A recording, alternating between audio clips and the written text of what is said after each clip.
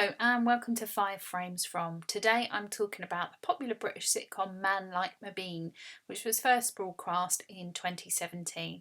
I'm going to be talking about Series 1, Episode 2, which is the set episode for Educast Media Studies at GCSE. Now, Man Like Mobeen is an award-winning sitcom. It's set in Birmingham in the area of Small Heath. It's got a very regional feel to it. All the characters have strong Brummy accents, and it's a bit of a celebration of Birmingham, which Guz Khan championed after various bad press about that area of the UK. As a sitcom, it's a little bit different in that it's filmed on location rather than in a studio. It uses a really varied soundtrack but avoids any canned laughter. And although the early episodes have these sort of self-contained narratives, actually as we get towards series 3 and 4 we've got a bit more of an overarching storyline. And here I've used the title image. There's no theme tune or particular title sequence, but this image appears throughout the series, and actually in series 3 the image makes use of the colour red to show that Mobeen's life is changing and becoming much more difficult. The whole sitcom is about Mobeen sort of trying to go straight after a stint in prison, looking after his sister Axa, and actually finding that very difficult. Now, I've made that sound like it's not very funny and a bit more of a drama, but of course it's full of laughs. Guz Khan in particular is a great performer. His facial expressions really add humour, and we'll see that in frame 1. So here we've got this off-centre, over-the-shoulder, close-up shot of Mobeen trying to be brave enough to pull out his nasal hair.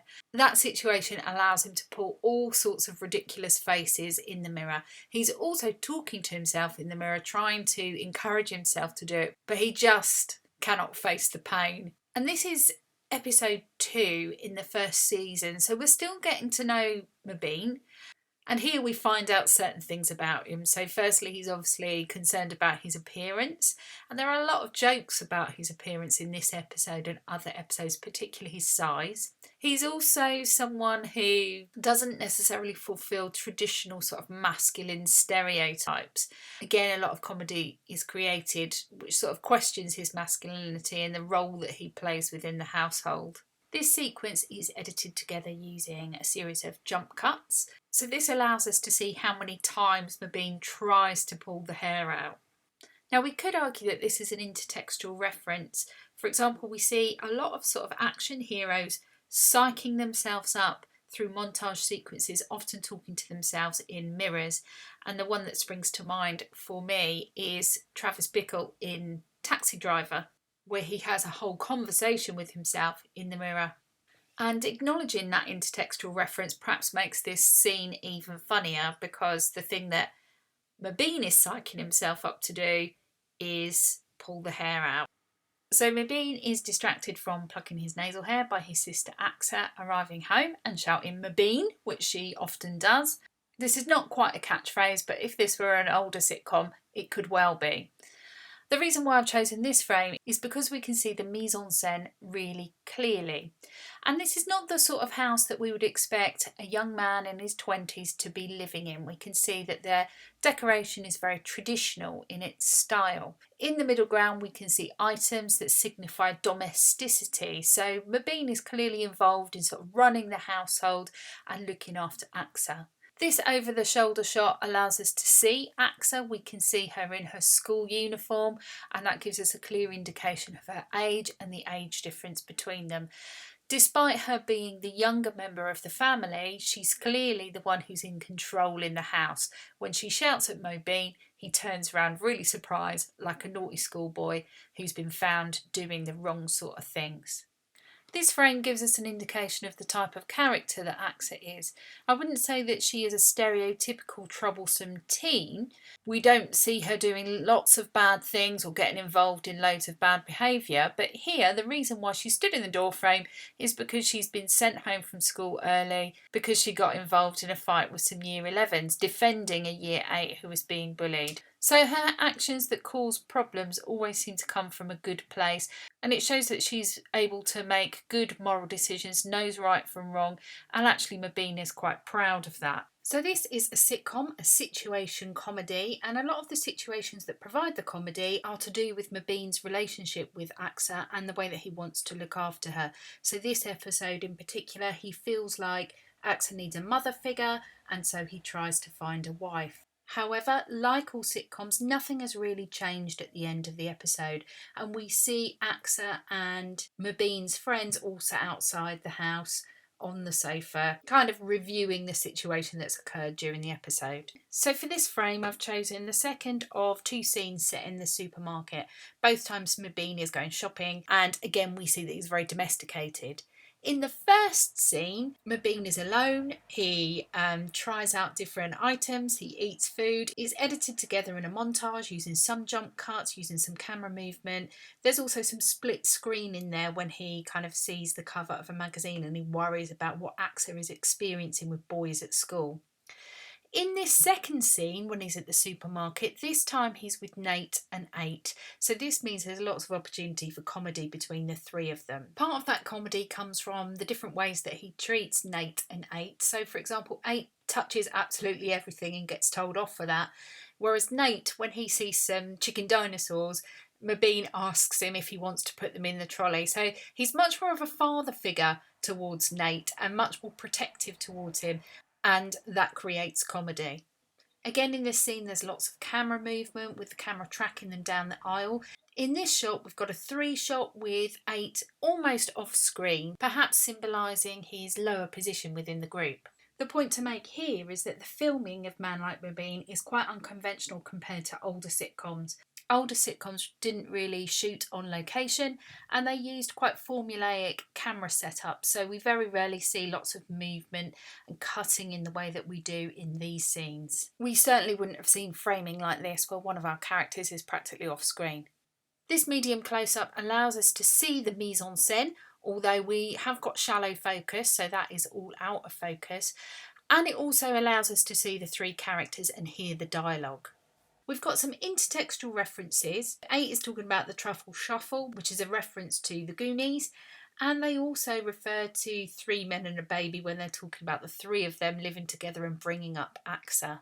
There are a couple of other things to note in the dialogue, and in particular in this scene, Mobeen uses roadman vernacular. He talks about eating bear, free munch and seeing peng milfs as he's meeting these potential wives.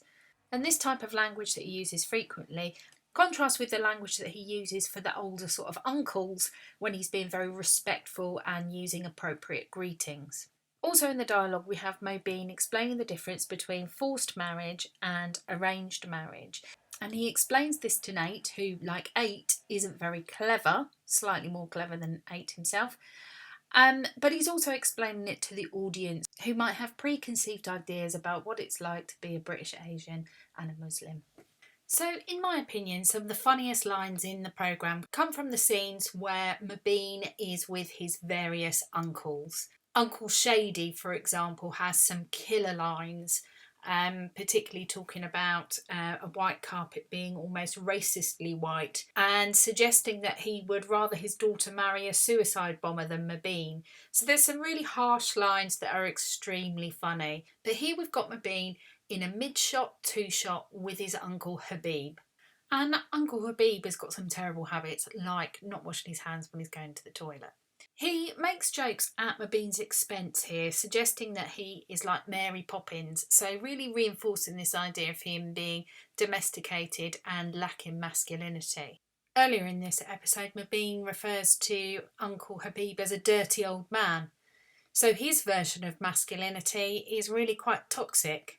At the same time, he's also talking about Mobeen dealing drugs. And so this shows the 2 sides of Mobeen's life and also what Mobeen's life was like before this moment. Now, as bad as the uncles are in their habits and their language and the way that they talk to Mobeen, there are no older females to counteract them. So we only see the uncles. We very rarely see any aunties. There are some in other episodes, but they tend to be few and far between. So older women are largely ignored in Man Like Mobeen. Another element in this frame that shows the dual aspects of Mobeen's life is the mise-en-scène, and in particular the costume. In a lot of other frames we've seen Mobeen wearing his back to front baseball cap and his Maharishi coat, both of which are iconic and form part of the branding of the programme. But his costume here and his costume that he normally wears shows these different sides to Mobeen's life. Traditional respectful Muslim and young roadman about town. This is also reflected in the music that's used in the programme. We've got a mixture of rap and hip hop alongside more traditional sounds. So our final frame comes from right at the end of the sitcom, and I've already mentioned this frame once already. This is how a lot of the episodes of Man Like Mobeen end, with the 4 group members gathered together talking about what's happened during the day. This is a slightly low angle shot, it's a group shot, and it's a long shot, so we can see all of their body language and facial expressions, and we can see they're all very relaxed and happy talking to each other. The threat of change has gone. Mobeen is not going to marry, especially not Khadija, who's rejected him. Things will continue the way that they always were. Nate and 8 no longer feel threatened. So we've gone through our narrative structure and everything is resolved by the end. The gathering place like this is conventional in sitcoms. Think about the coffee shop in Friends. What is unconventional is that this is outside of the house and gives a sort of very working class image of Mobeen and his unconventional family. And this reminds me very much of older sitcoms like Only Fools and Horses, where the family are sort of gathered round at the end. And this goes to show that even though Man Like Mobeen is very modern in its approach, modern in its look and style, it still has enough of the older conventions to make this clearly part of the sitcom genre. Okay, so that's it for today. I hope that's been useful. Do look out for my handouts on Man Like Mobeen and don't forget to subscribe to the channel. Bye!